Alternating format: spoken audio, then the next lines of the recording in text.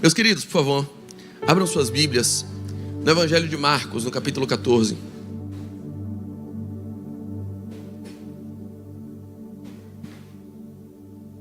Marcos capítulo 14, verso 3 em diante.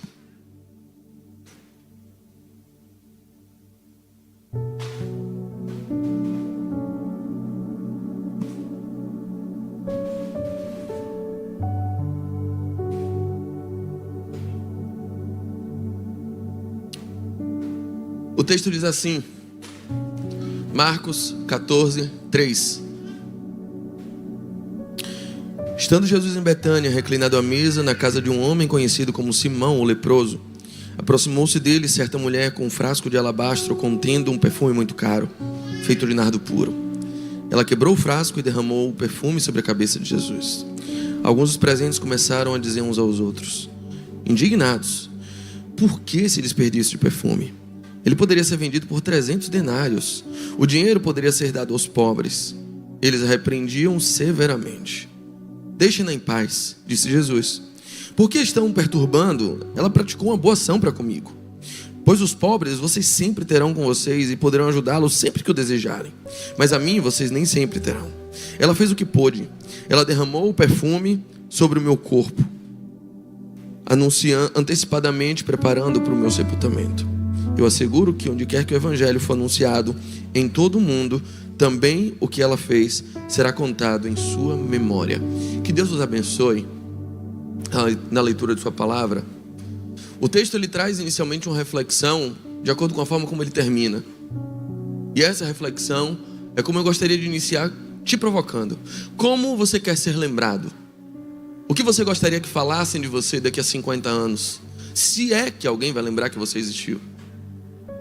Talvez, e a maior probabilidade, que daqui a 100 anos, ninguém de nós esteja vivo. Se Cristo não volta antes, e a humanidade dura na condição em que hoje estamos, mais 100 anos, acredito realmente que nenhum de nós estará aqui para contar essa história.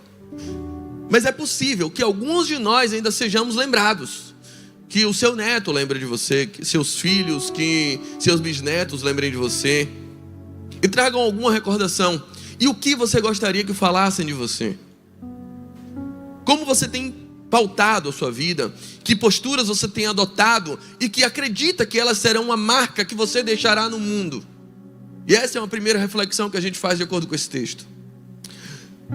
A história que é contada em Marcos capítulo 14, ela ganha eco lá em João capítulo 12. E um eco possível também em Mateus capítulo 26. Em João capítulo 12, nós vemos essa história situada logo após o jantar, logo após a ressurreição de Lázaro. Jesus está em Betânia, a mesma cidade onde ele está aqui em Marcos. É um pouco diferente, aí eu acredito serem duas histórias distintas. É um pouco diferente da história que a gente vai encontrar em Lucas capítulo 7, onde uma mulher chega agora na Galileia, no início do ministério de Jesus, chora e apenas com suas lágrimas lava os pés de Cristo e enxuga com seus cabelos. Mas aqui eu tenho uma mulher transportando um vaso de alabastro, que é um mármore vindo da cidade de Alabastron, um mármore diferenciado, caro, usado para unção de reis.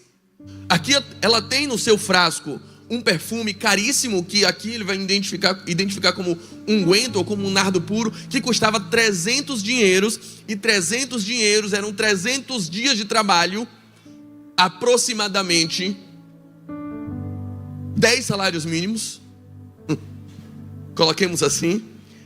Se você já foi no free shop, você imagina do que eu estou falando.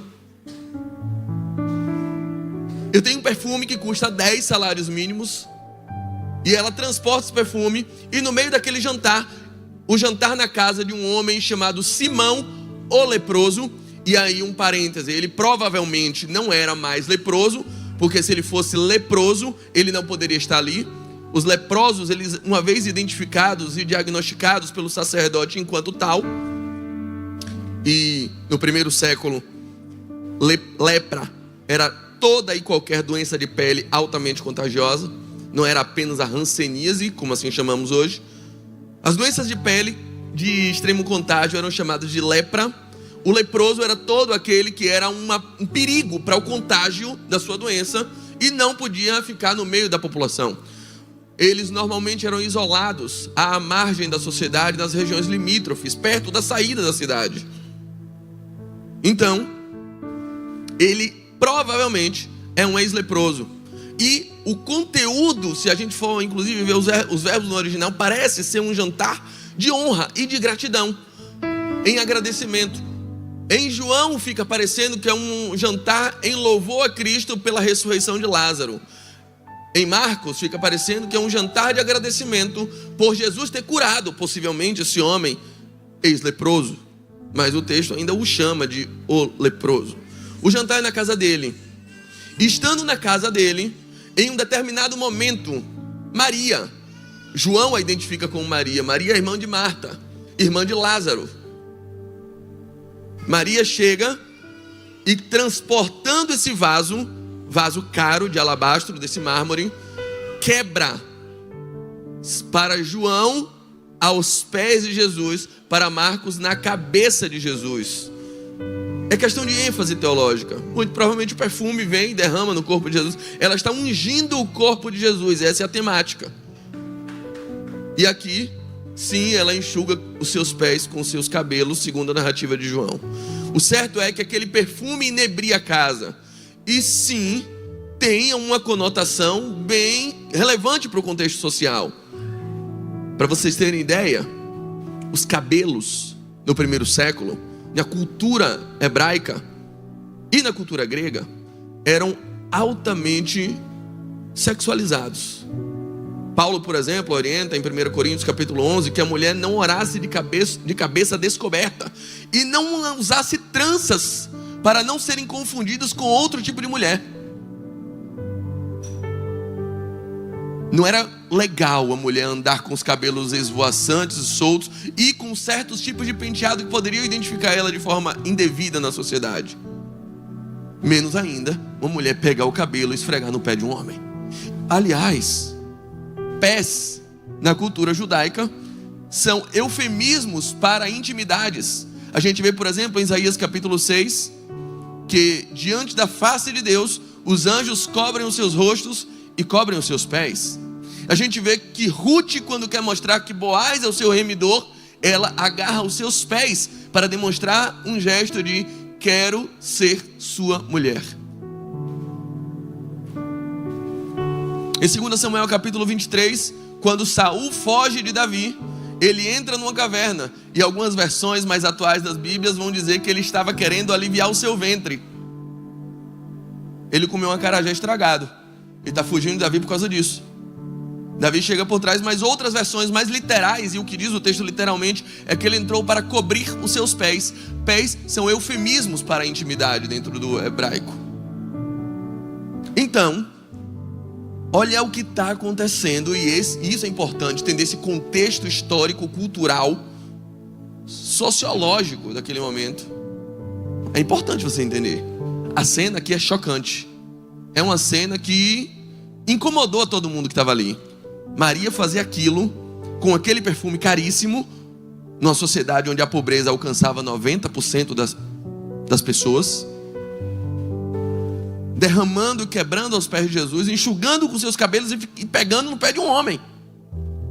Não era muito legal essa cena. E ela faz isso.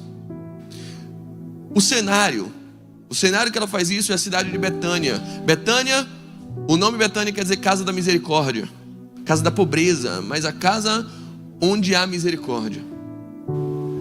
Em Betânia, Jesus encontra 3 elementos de um culto espiritual. Em Betânia ele encontra as mãos de Marta, mãos ávidas ao serviço. Em Betânia ele encontra os joelhos de Maria, joelhos prontos a se dobrar. Em Betânia ele encontra o coração de Lázaro. Se você olhar João capítulo 11, você vai sempre ver a expressão Jesus amava Lázaro. Lázaro a quem tu amas. Os 3 elementos de um culto perfeito. Um lugar onde o Espírito Santo tem a plena liberdade para se manifestar e operar. o lugar onde os milagres tendem a acontecer. É onde a gente encontra mãos dispostas ao serviço, mãos ávidas à obra de Deus, como Marta, que quer sempre servir. Todas as vezes que Marta aparece na Bíblia, ela está servindo. Joelhos prontos a se dobrar, o joelho de Maria. Todas as vezes que Maria aparece na Bíblia, Maria está ajoelhada aos pés de Jesus. Coração ávido a ser amado, disposto a ser amado. O coração de Lázaro. É isso que a gente vê. E, focando em Maria, a personagem desse texto, volta à pergunta inicial: como você quer ser lembrado? Maria tem uma escolha. Maria aparece 3 vezes na Bíblia. Nas 3 vezes, ela aparece em João, capítulo 11, quando Marta chega diante de Jesus, já Lázaro tendo morrido. Jesus se demora para chegar em Betânia, Lázaro morre, Marta chega e, olhando no olho de Jesus, diz: se você estivesse aqui, o meu irmão não teria morrido. Maria chega em sequência, diz a mesma frase, só que Maria diz ajoelhada. Ela se lança aos pés de Jesus e diz: se você estivesse aqui, o meu irmão não teria morrido. Em uma conotação absolutamente diferente, ela está prostrada aos pés de Jesus. Em Lucas capítulo 10, Jesus chega em Betânia, Marta está servindo porque está distraída com muitos afazeres. Maria está jogada, lançada, desperdiçada aos pés de Jesus. E aqui temos a terceira aparição de Maria na Bíblia, tanto em João capítulo 12 quanto em Marcos capítulo 14. Maria está uma vez mais, enquanto todos se assentam à mesa, ela está lançada irremediavelmente aos pés de Jesus. Maria escolheu ser lembrada dessa forma. Eu quero que lembrem de mim como aquela que viveu aos pés do meu Senhor. Essa é a lembrança que a gente vai ter de Maria se a gente ler todos os textos que falam sobre ela. Maria, a irmã de Lázaro, aquela que viveu aos pés de Jesus. Alguém certa feita disse que o lugar mais elevado, o pico de um monte, o mais elevado da carreira de um homem, e seja esse homem qual for, é ajoelhado aos pés de Jesus. O máximo que você pode atingir na sua vida, o ponto mais alto das suas conquistas, da sua evolução espiritual, profissional, o ponto mais alto da carreira de um homem é ser visto aos pés de Jesus. O exemplo maior que um pai pode dar a um filho é o filho o encontrar lançado aos pés de Jesus. O exemplo maior de um esposo, de uma esposa totalmente devotos em seu casamento é viverem lançados e abandonados aos pés de Jesus. A humildade de quem reconhece: eu não posso todas as coisas, eu não sei todas as coisas, mas eu estou irremediavelmente dependente e confiando naquele que tudo sabe, naquele que tudo pode. Uma vida aos pés de Jesus é o que Maria tem a nos ensinar. E esse evento traz consigo em seu bojo pelo menos 8 atitudes determinantes e definitivas que Jesus as elogia e que são verdadeiros exemplos para a minha vida e para a sua. E eu quero bem rapidamente falar dessas 8 atitudes que ela toma, e então a gente parte para a ceia. Em primeiro lugar, aqui no verso 8, quando criticada, quando censurada, o perfume impregnando toda a casa, Jesus diz para os outros: não critiquem essa mulher. Sabe por quê? Verso 8 do capítulo 14. Ela fez o que pôde. Ela fez o que pôde.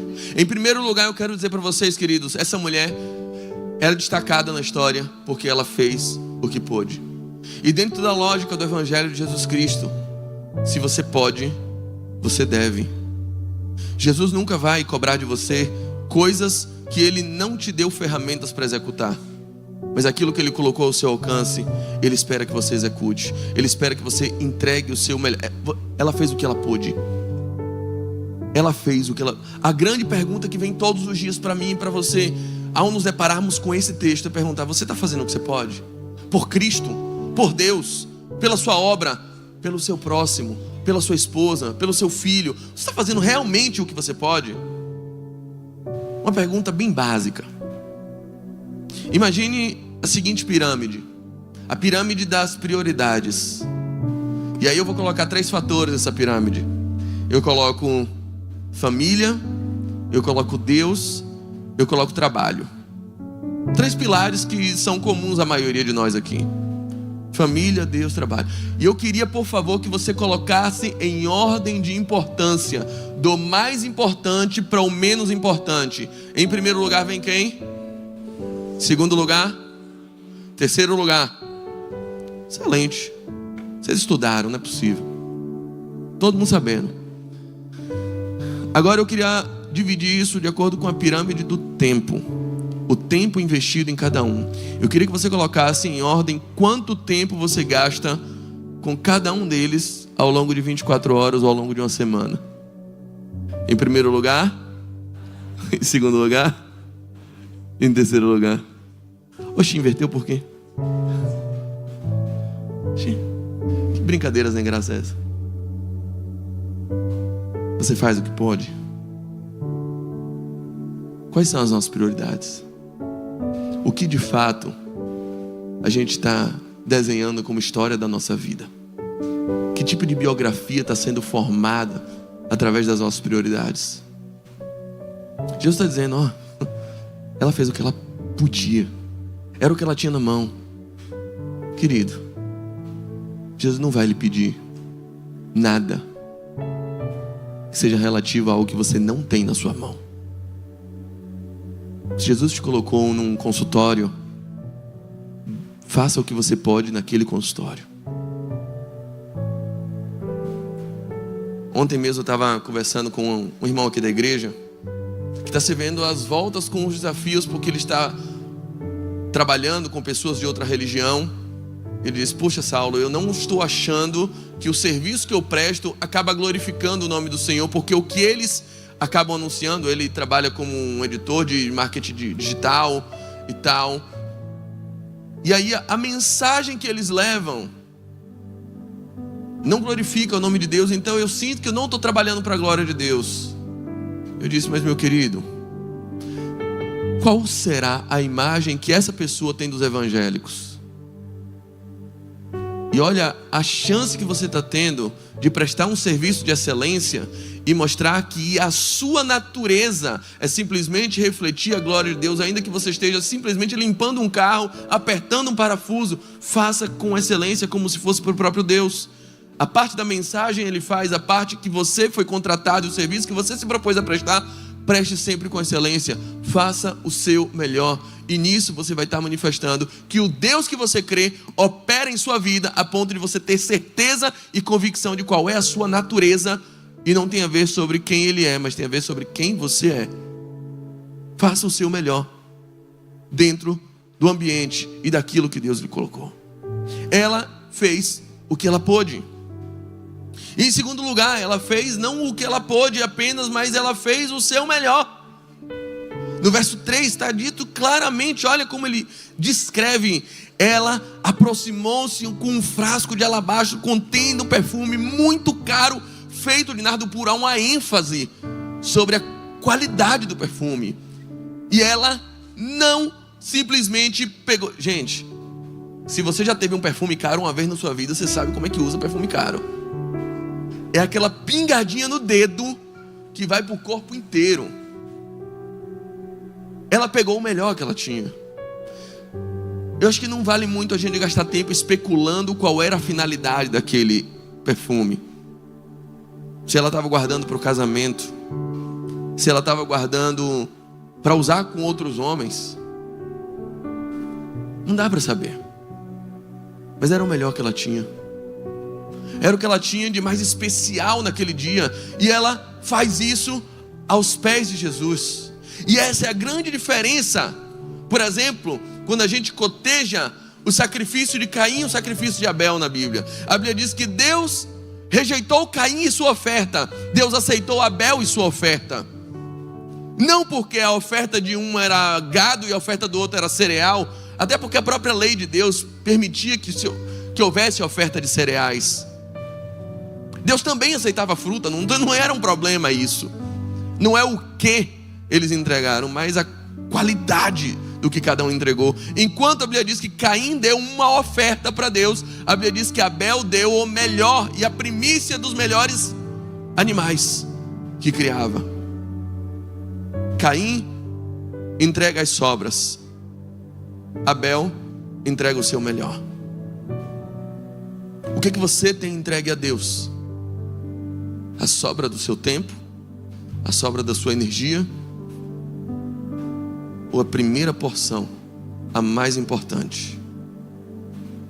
Eu sempre brinco dizendo que a melhor porção não é necessariamente a primeira em tempo, mas a primeira em qualidade. Por exemplo, eu não tenho o hábito de orar de manhã e nem de ler a Bíblia de manhã. Por quê? Porque eu não acordo de mau humor.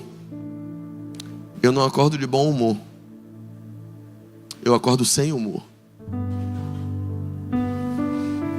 Eu só passo a ser eu a partir de 10 da manhã. Então eu vou lhe dizer, sabe por que eu não oro de manhã? Por que eu não tenho o hábito de ler a Bíblia de manhã? Porque esse é o pior Saulo do dia. Eu não vou entregar esse para Deus. Normalmente o período onde eu leio a Bíblia é durante meu trabalho de tarde. Eu interrompo o trabalho e vou assim, agora concentrei. Agora está tudo fazendo sentido. É o período de janela do TDAH. O foco aumenta. E esse é o melhor Saulo do dia. Eu separo ele para dar a Deus,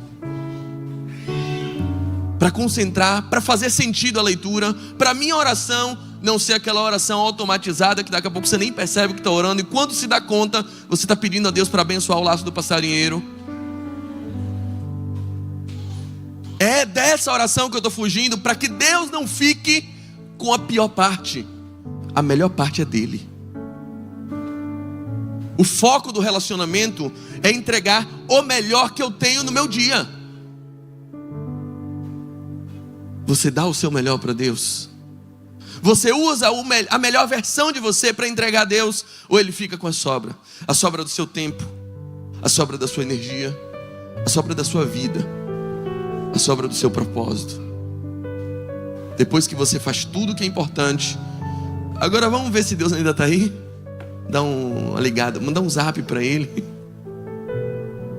Querido, em terceiro lugar, ela fez o que ela fez de modo sacrificial.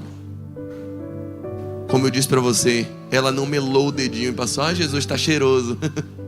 Ela quebrou. E quando ela quebra, ela está dizendo, eu não usarei isso em outro lugar. Nenhum outro homem vai sentir esse cheiro. Eu não viverei essa experiência com mais ninguém. Se eu guardava isso para o meu casamento, eu acabei de encontrar meu marido, casei, pronto, é com Cristo. É para você. Ela toma uma decisão. A palavra decisão vem do latim decidere. Cedere, cisão, cortar fora.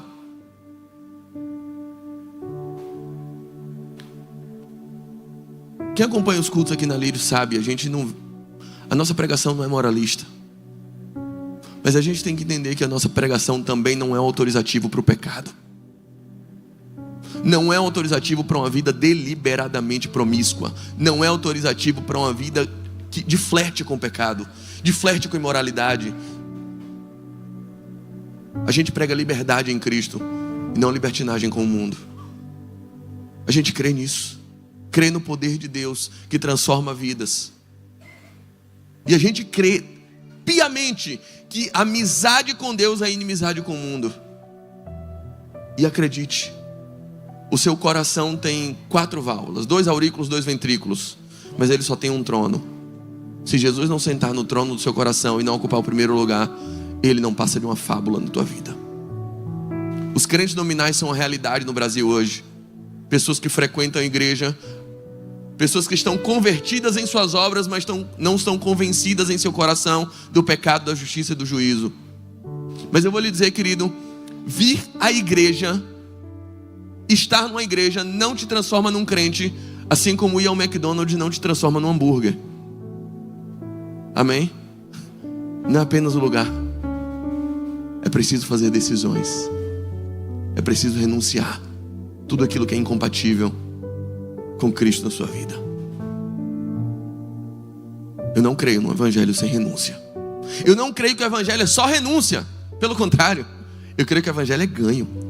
Eu creio que o evangelho é a melhor perspectiva de vida que um homem pode experimentar. Eu creio que nada pode dar mais prazer a um homem, e nada pode importar em felicidade mais plena, real, satisfatória no coração de qualquer pessoa do que o evangelho de Jesus Cristo. Eu estou aqui não simplesmente porque isso aqui é triste e eu tenho que passar nessa prova, porque se eu for feliz eu vou para o inferno. Eu não creio nesse evangelho.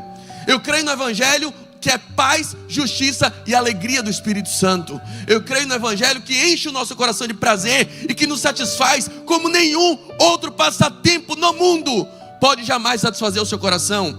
Eu creio que em Cristo nós encontramos felicidade de verdade e alegria que ultrapassem muito os prazeres momentâneos, frívolos, efêmeros que são lhe cobrados todas as vezes que você experimenta algo relacionado ao pecado.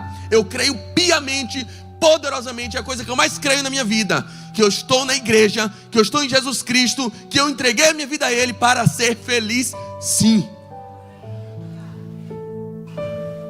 Só que, para que alcance essa felicidade de verdade, eu tenho que romper necessariamente com outras fontes que me desvirtuam desse caminho e que me enganam, dizendo que lá eu também vou experimentar algo bom.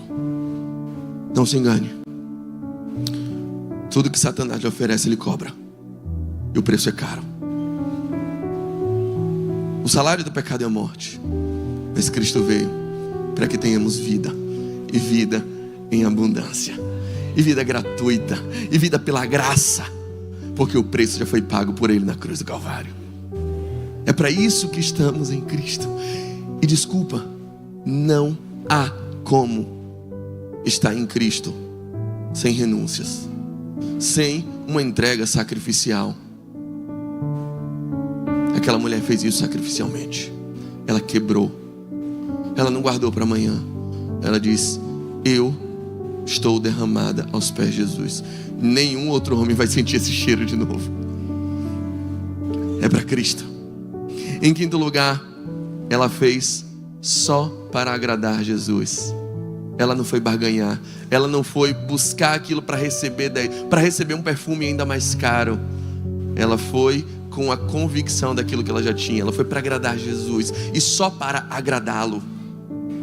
Ela foi diretamente ali com o coração entregue. É o que nos lembra o João capítulo 12, verso 3, o espelhamento desse texto. Maria toma um arretel de unguento de nardo puro de muito preço, ungiu os pés de Jesus, enxugou-lhe com os seus cabelos, a casa se encheu do seu unguento. O apóstolo Paulo fala em Gálatas capítulo 1, verso 10: acaso busco eu a aprovação de Deus ou dos homens? O que eu estou buscando na minha vida? A quem eu preciso que me valide? Porque a gente vive nessa zona de tensão. Quando a gente vive buscando a autovalidação, a gente entra no espectro do orgulho. É quando você faz tudo para se validar internamente, para provar para você mesmo que você é capaz, que você é bom, que você pode. Aí você faz tudo para se sentir orgulhoso de si mesmo. E o orgulho é esse extremo, onde vivemos atrás da nossa própria validação. Mas aí a gente abandona a nossa validação e vai para o outro extremo, onde eu preciso da validação do outro, onde eu preciso que o outro goste de mim. E aí eu entro no espectro da carência e da inveja. Porque a partir do momento em que eu pauto a minha consciência, sabendo que eu só serei bom no dia que Paulo disser que eu sou bom, no dia que outra pessoa disser que eu sou bom, e só serei bom quando eu for tão bom quanto Paulo, eu entro no espectro da carência e da inveja. Mas a santidade de Jesus Cristo, ela vai no outro sentido. É quando você abandona a necessidade de se autovalidar. É quando você abandona a carência de ser validado por Paulo, de ser validado por Diogo, de ser validado por outros, porque sabe que o maior de todos os amores, Jesus Cristo, já te validou, já te acolheu, já te salvou, te abraçou e te salvou. Quando você encontra com a graça, tudo muda. Tudo muda. Queridos, eu comecei a pregar com 15 anos de idade. Eu vou dizer, O que eu já fiz de pirueta no púlpito para ganhar um sorrisinho dos irmãos.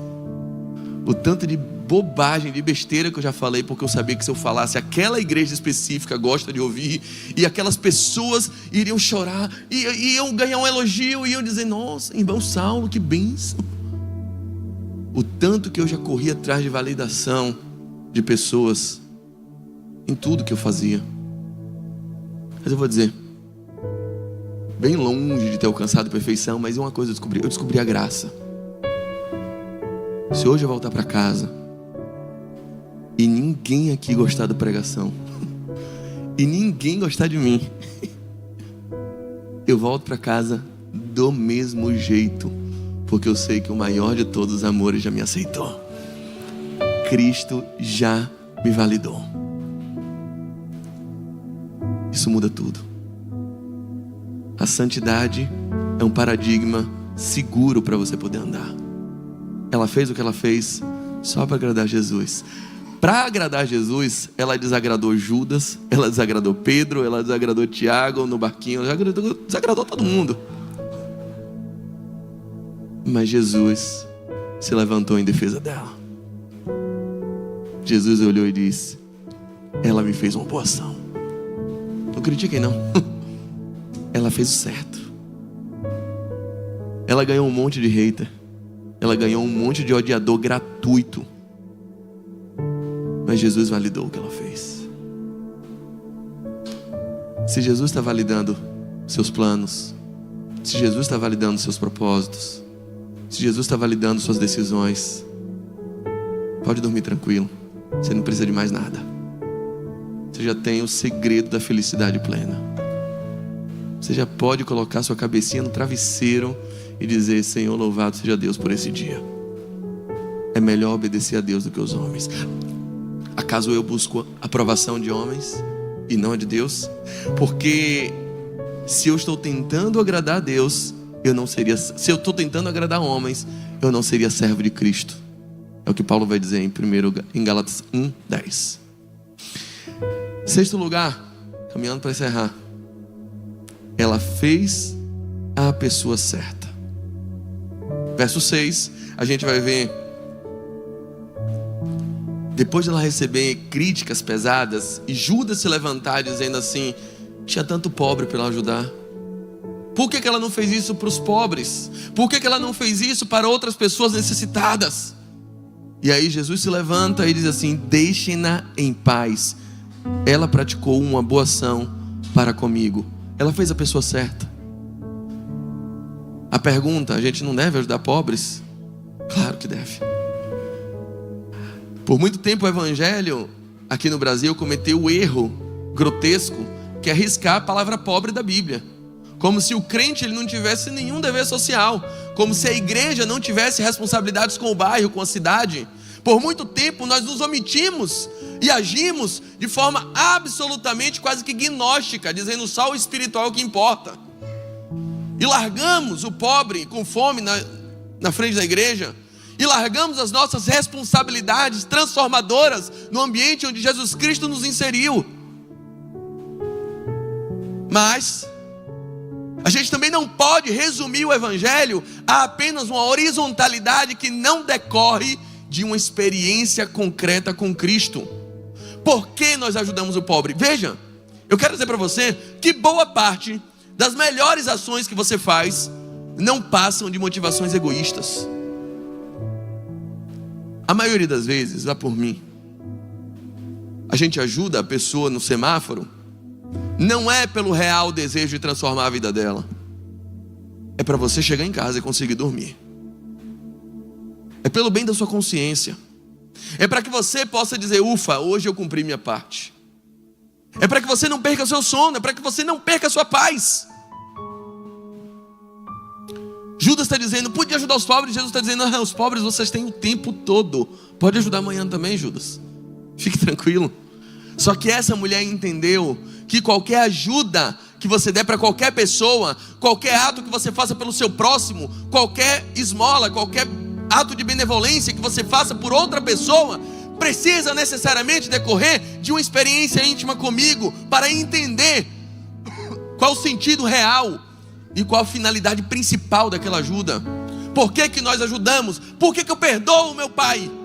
Por que que eu tenho que perdoar minha mãe? Porque um dia eu também fui ofensor, não merecia, e Cristo me perdoou. E eu vou lhe dizer, quem foi perdoado, perdoa. Quem entendeu que já foi amado, passa a amar. Você só consegue, de fato, ajudar alguém com o coração inteiro, com o coração sincero, buscando uma transformação na vida do outro, quando você percebe que um dia você esteve falido no lamaçal do pecado, com castelos que desabaram, com planos que foram malfadados, e um dia Jesus estendeu a mão, se moveu de íntima compaixão e te levantou. Sabendo o que Ele um dia fez por você, o seu coração se enche de desejo de também fazer pelo outro. Quem foi amado, ama. Quem foi perdoado, perdoa. Quem recebeu a graça, se torna gracioso. Ela fez a pessoa certa. O próprio Jesus vai dizer, quando vocês fazem por um desses pequeninos, por um hipossuficiente, por alguém que não tem, é por mim que vocês estão fazendo, porque essa causa é minha.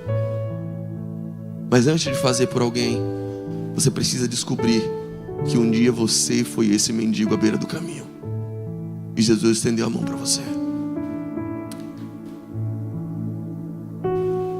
Em sétimo lugar, ela fez na hora certa, no tempo certo.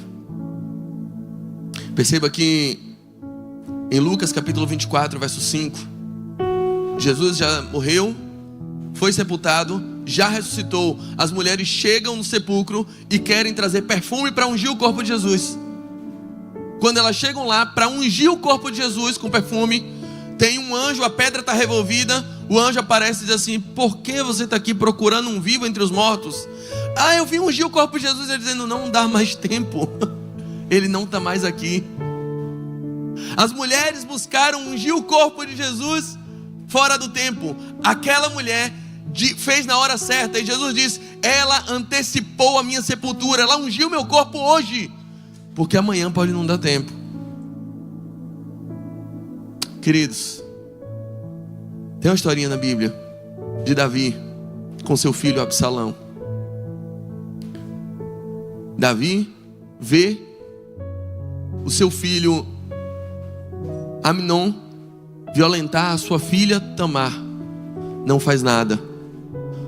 Absalão se revolta porque Amnon era meio irmão e Tamar era irmã dele, bilateral. Espera que Davi faça alguma coisa, Davi não faz nada. Absalão se revolta, vai lá e mata Amnon. Davi não faz nada, não repreende Absalão, não consola Tamar. Absalão foge, Davi não faz nada, não vai buscá-lo, não vai visitá-lo, não manda recado. Absalão volta, pede que Davi fale com ele, Davi não fala. Absalão manda um recado para alguém, diz assim: se meu pai quiser que ele me mate, mas ele fala comigo. Joabe trama, marca um encontro entre eles, coloca os dois numa sala. Davi chega, dá um beijo no rosto de Absalão, não diz nada, vira as costas e vai embora, não fala com ele. Absalão cansa de esperar o favor do pai, o afeto do pai, e agora Absalão quer o trono do pai. Começa a tramar para levar o trono do pai, arma uma rebelião contra o pai, se deita com as esposas do pai. Davi não faz nada, só foge. Um dia Absalão está no meio de uma batalha, os servos de Absalão, os soldados de Absalão contra os soldados de Davi. Joabe traspassa ele numa lança. E aí, já morto, a gente vê em 2 Samuel capítulo 18, verso 33, uma das cenas mais patéticas de toda a Bíblia. Davi começa a chorar e diz assim: Absalão, Absalão, meu filho Absalão, queria eu ter morrido no seu lugar. Se eu estivesse lá, eu diria: seu idiota, não dá mais tempo. Você teve todo o tempo do mundo para evitar isso. Não dá mais tempo. Aquela mulher fez o que ela fez no tempo certo. As outras tentaram fazer depois e não dava mais tempo. Eu quero dizer, hoje ainda é início de janeiro. 2026 está começando. A boa notícia para você é: ainda dá tempo. Ainda dá tempo de amar. Ainda dá tempo de dizer que ama. Ainda dá tempo de perdoar. Ainda dá tempo de pedir desculpa. Ainda dá tempo de abraçar. Não tem nada mais triste do que ver aqueles sepultamentos onde a pessoa diz: eu queria ter dito, eu queria ter falado, eu queria ter abraçado, eu queria ter chegado a tempo. Não dá. E como é belo ver pessoas que partem dessa vida sem pendências. Pessoas que antes de partir disseram: eu te amo, disseram: me desculpe, disseram: me perdoe. Ah, meu querido, ainda dá tempo. 2026 está começando. Acabando esse culto, faça o que tem que ser feito. Diga que está com saudade. Vá ao encontro. Abrace. Beije. Um amigo meu diz assim: ó, tá vendo seu filho? Abrace e beije agora. Daqui a pouco eles correm. Daqui a pouco não dá mais. Você quer beijar, você quer... sai, pai. Que mico, para. Ficam assim. Se transformam. Mas enquanto ainda são reféns de você, cubra de beijo, cubra de abraço. Cheire a cabeça. Tem coisa mais cheirosa do que a cabeça de filho. Dê banho. Deixe dormir na sua cama. Depois você expulsa. Ele tem tudo o tempo certo. As 3 coisas que a gente mais gosta no filho: abraçar, beijar e ficar longe. Quem é pai sabe. Tudo tem seu tempo, pô. Tem hora também para sua esposa, para seu marido. Depois pode não dar tempo. Depois pode não ter mais energia para ter mais filho. Depois pode não ter mais tempo. A última coisa, a 8ª coisa do gesto dessa mulher: ela fez o que ela fez para a eternidade. Verso 9: eu asseguro que onde quer que o evangelho for anunciado em todo o mundo, também o que ela fez será contado em sua memória. Malaquias 3,16 diz assim: que foi escrito um memorial na presença de Deus acerca de todos os que temiam e honravam o seu nome. Há um memorial na presença de Deus acerca das nossas ações, das nossas intenções, de como estamos gastando a nossa vida nesse tempo presente. E eu encerro com a mesma pergunta que eu iniciei: o que vão falar sobre você? Com o que você está gastando sua vida? Ninguém no leito de morte vai olhar para trás e se arrepender porque deveria ter feito mais uma bet. Ninguém no leito de morte olha para trás e se arrepende: por que eu apliquei na XP e não no Safra? Ninguém. Os arrependimentos em leito de morte são: por que eu não dei o último abraço no meu irmão? Eu queria ter de novo aquela conversa com meu pai. Eu queria ter gastado mais tempo com minha família. Eu queria ter chorado mais aos pés do Senhor. Eu queria ter sido mais espiritual. Eu queria ter vivido uma vida que valeu a pena. O que vão falar sobre você? Jesus está dizendo sobre uma mulher que poderia ser uma anônima e não é. Porque Jesus está dizendo: quando falarem do meu evangelho, vão mencionar o nome dela, porque ela escolheu passar uma vida aos meus pés. Gente, quantos dos nossos maiores esforços não passam de oferendas ao nada? Quantas das nossas maiores preocupações não vão impactar a vida de absolutamente ninguém? Você está gastando tempo, energia, dinheiro em algo completamente inútil, que ninguém vai se lembrar, que sua família não vai dar valor. Por quê? Por egoísmo? Porque você precisa de um iPhone novo? O melhor presente que você pode dar para o seu filho não é um carro quando ele fizer 18 anos. É um pai quando ele chegar em casa agora de noite. O melhor presente que você pode dar para sua esposa não é uma joia de grande valor. É o grande valor da sua presença. É um beijo apaixonado. É um coração quebrantado. De alguém capaz de pedir desculpa. De alguém capaz de ter outras prioridades que não somente seu próprio umbigo. O que vão falar sobre você? Eu sei o que estão falando dessa mulher. Ela fez uma boa ação por Jesus. Ela viveu aos pés dele. Nós vamos viver um momento agora singular no Evangelho. A ceia do Senhor. Um momento onde relembramos esse pacto de Cristo. Quem é que pode cear? Todo aquele que deseja fazer parte da família de Deus. Todo aquele que deseja pertencer. Segundo Paulo, em 1 Coríntios capítulo 11, aqueles que não discernem o corpo de Cristo é aqueles que vêm para a igreja só para comer e não para repartir. Todo aquele que come a sua própria ceia, ele não come a ceia do Senhor. Todo aquele que apenas come o pão e não reparte o pão, ele está pensando somente em si. Esse vive para si. Esse come e bebe indignamente para a sua própria condenação. Se você não deseja fazer parte da família de Cristo, eu digo, a ceia não é para você. A ceia é para quem quer partir o pão. Isso não tem a ver com a igreja Lírio Armação. Nós não seríamos loucos de pensar que a família de Cristo se resume a essas paredinhas aqui, desse pano desprezível. A família de Cristo, ela é marcada por tantos quanto a areia da praia e a areia do mar. Multidão incontável, espalhados em todos os lugares da terra. Ela é invisível, ela é espiritual. Se você deseja fazer parte dela, você está convidado a partir o pão conosco.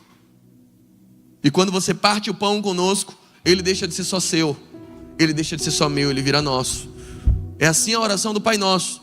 Os discípulos pedem: ensina a gente a orar. Jesus vai dizer: ensinar a orar é a coisa mais fácil do mundo.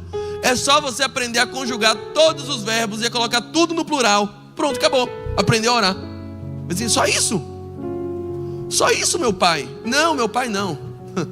O pai agora é nosso. E o pão? Eu trouxe meu pão. O pão não é mais seu. O pão agora é nosso.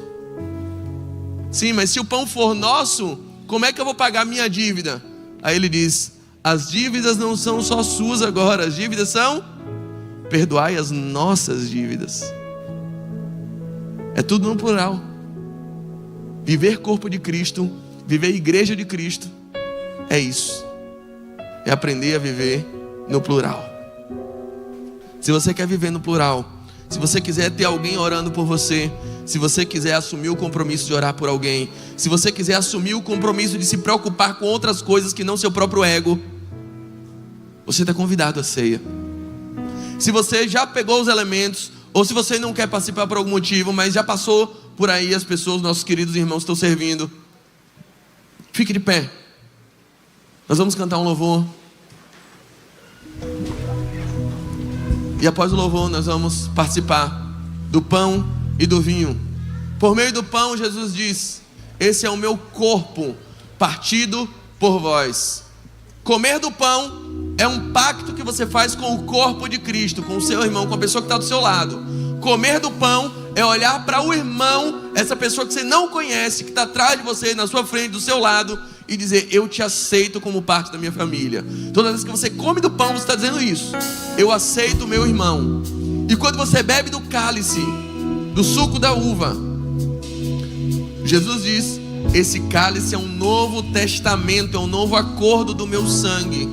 Você está dizendo: eu aceito Jesus Cristo como o meu suficiente Salvador. Eu aceito que eu tenho com Ele um pacto. Eu aceito que eu renuncio todo e qualquer outro Deus sobre minha vida. Eu aceito que eu renuncio qualquer idolatria. Toda pessoa que se interpõe entre mim e Jesus Cristo, eu renuncio e coloco Ele sentado no trono do meu coração. É um pacto na vertical e na horizontal, o exato símbolo da cruz. Com o cálice eu fortaleço o meu pacto vertical, o Novo Testamento do sangue, o pacto com Cristo. Com o pão eu fortaleço o pacto horizontal. Eu aceito o irmão que está do meu lado. Eu vivo com Ele, eu vivo para Ele. Eu aceito o corpo de Cristo. E assim eu sou família de Deus. Vamos cantar o louvor e participar da ceia, conforme o mandamento de Jesus Cristo. Bendito seja o Cordeiro que na cruz por nós padeceu. Bendito seja o seu sangue que por nós ali ele verteu. Eis neste sangue lavados, com roupas que tão alvas são, os pecadores remidos que perante seu Deus já estão.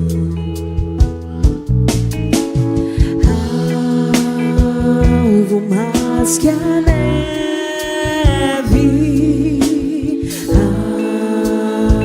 alvo mais que a neve, se neste sangue lavado, mais alvo que a neve serei. A ceia não é para pessoas perfeitas. A ceia não é para quem não pecou essa semana. Se eu disser que eu não tenho pecado, eu engano a mim mesmo e não há verdade em mim. A ceia não é um crivo sobre quem merece e quem não merece. Eu lhe asseguro, você não merece. A ceia não é um momento para quem se acha digno. Hoje eu estou digno. Não está não. Você está enganado. Aliás, as pessoas perguntam: pastor, eu devo tomar ceia quando eu não me acho digno? Eu digo: querido, você não deve tomar ceia quando você se acha digno. Aí é que tu está muito lascado. Porque a Bíblia diz que se você disser que não tem pecado, você faz de Deus um mentiroso. A ceia não é porque você é digno. A ceia é porque Ele é digno e nos convidou à sua presença. É para isso. A ceia é para quem se reconhece indigno, mas está buscando a misericórdia daquele que tem toda a dignidade. É para esses. Isso aqui não é um crivo sobre quem tem pecado e quem não tem. Mas o que diz na Bíblia? Examine o homem a si mesmo. Em primeiro lugar, examine o homem. Então eu não estou aqui para te examinar. Em segundo lugar, o que Paulo está falando não é sobre quem tem ou não pecado. É sobre quem quer ou não repartir o pão. É sobre isso que ele está falando. Ele começa dizendo: eu tenho ouvido que as reuniões de vocês são mais para mal do que para bem, porque quando se reúnem para pior, cada um comendo a sua própria ceia. Por isso eu vos digo: esperem uns pelos outros, e se alguém tiver fome, coma em casa, porque vocês estão envergonhando a igreja de Jesus. Porque há entre vós uns que comem, se empanturram, se embriagam, enquanto outros morrem de fome e adoecem. Ou seja, é uma igreja onde cada um come só o seu pão, tem o seu próprio Deus, tem as suas próprias dívidas e nada é nosso. É um coletivo de eus que não formam nós. É possível ter uma multidão perto de vocês que não é um corpo contigo. É possível estar solitário no meio de uma multidão. O Evangelho vem para burlar essa regra, findar esse sistema. O Evangelho propõe um nós. Ele quer dizer para você que o seu propósito não é seu, é nosso. O seu chamado não é seu, é nosso. Seu carro não é seu, é nosso. Seu time, Paulo, pode ficar para você. Mas se quiser um nosso, eu tenho um para te dar, para te apresentar. Isso aí para Libertadores. As piadas são nossas, a família é nossa, os abraços são nossos, os problemas são nossos, os motivos de oração são nossos. O Deus eterno é nosso Pai, é nosso Redentor, é o nosso Remidor, é o nosso Santificador, é o nosso Corredentor, é o nosso Aperfeiçoador, é o nosso. A ceia é para esses, aqueles que reconhecem: eu não posso sozinho, eu preciso de um nós. Se você precisa de um nós, tome o pão, dê graças por ele, porque esse é o pacto com o corpo de Cristo. É um meio pelo qual eu abraço e reconheço o meu irmão como parte de mim. Como o pão e dê graças a Deus por ele.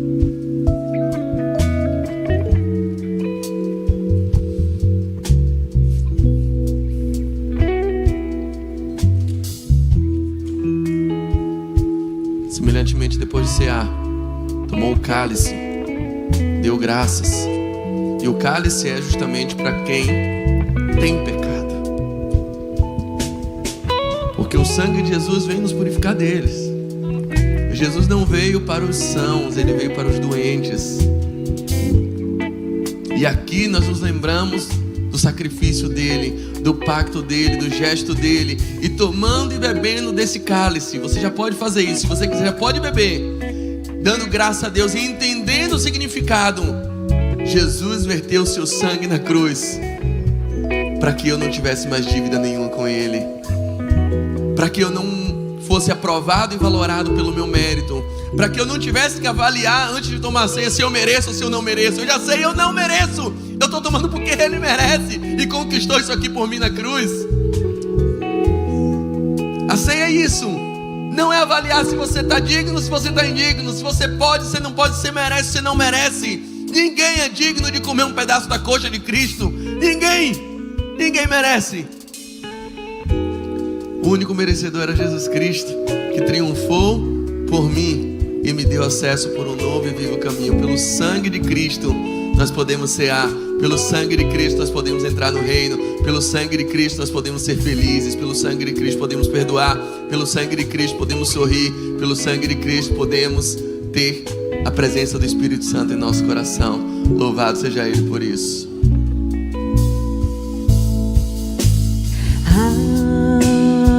Alvo mais que a neve,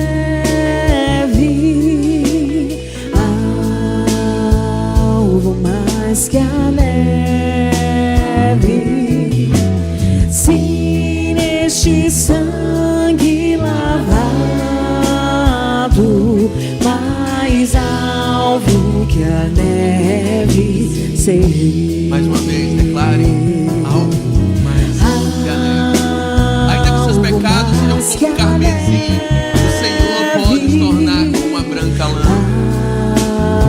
Alvo mais que a neve, Chamado para purificação. se neste sangue lavado, mais alvo que a neve serei. O reset para você que foi longe demais nos erros. A nova oportunidade para você que caiu fundo demais. O chamado de volta para você que se distanciou demais de Cristo. Não há barreira que ele não possa derrubar. Não há pecado que ele não possa perdoar. Não há situação que ele não possa reverter. Ainda que os seus pecados sejam como o carmesim, ele pode te transformar. As suas roupas foram inundadas por tanta lama, por tanto pecado, por tanto erro. Ele pode fazer com que elas se tornem alvas mais do que a neve. Ele tem o melhor sabão que existe. Ele apaga todo pecado, todo erro e toda história pregressa. Esse é o poder de Jesus Cristo. Esse é o poder do Evangelho. O resto é fábula. Que sejamos lembrados como aqueles que foram lavados e remidos pelo sangue de Jesus. Por aquele que errou, mas foi perdoado. Como aquele que caiu, mas foi posto de pé pela poderosa mão de Jesus Cristo. Te adoramos, Pai. Te louvamos pelo sangue de Cristo. Te louvamos pela porta aberta que nos oportuna chegar no lugar mais alto que a alma humana pode, em qualquer hipótese, se elevar, aos pés de Jesus. Obrigado por essa porta. Que 2026 seja um ano onde a nossa tônica, a nossa meta, a métrica de todo e qualquer propósito que estabeleçamos seja estar aos teus pés, Senhor. Nos empodera para isso. Que o Senhor levante o caído, que o Senhor abata o altivo, que o Senhor derrube o soberbo, que o Senhor dê graça ao humilde, para que possamos chegar nesse lugar, aos teus pés, ouvindo tua voz, sentindo o teu cheiro, provando daquilo que sai da boca de Deus, experimentando em nossos ouvidos a doce voz do Espírito Santo a nos guiar. Vem, Senhor, com os teus dons. Vem, Senhor, com experiências milagrosas, com intimidade, mas sobretudo vem com a expressão de quem está tranquilo por saber que estamos aos seus pés. Nos dá consciência do nosso lugar. E no teu nome nós dizemos que o perfeito amor de Deus, o eterno Pai, que a graça restauradora, redentiva de Jesus o Cristo, que a doce comunhão do Espírito Santo de Deus esteja sobre todo aquele que escolheu uma vida aos pés de Jesus, desde agora e até o céu. Amém, amém e amém. Que o Senhor te abençoe e tenha uma excelente semana na presença aos pés.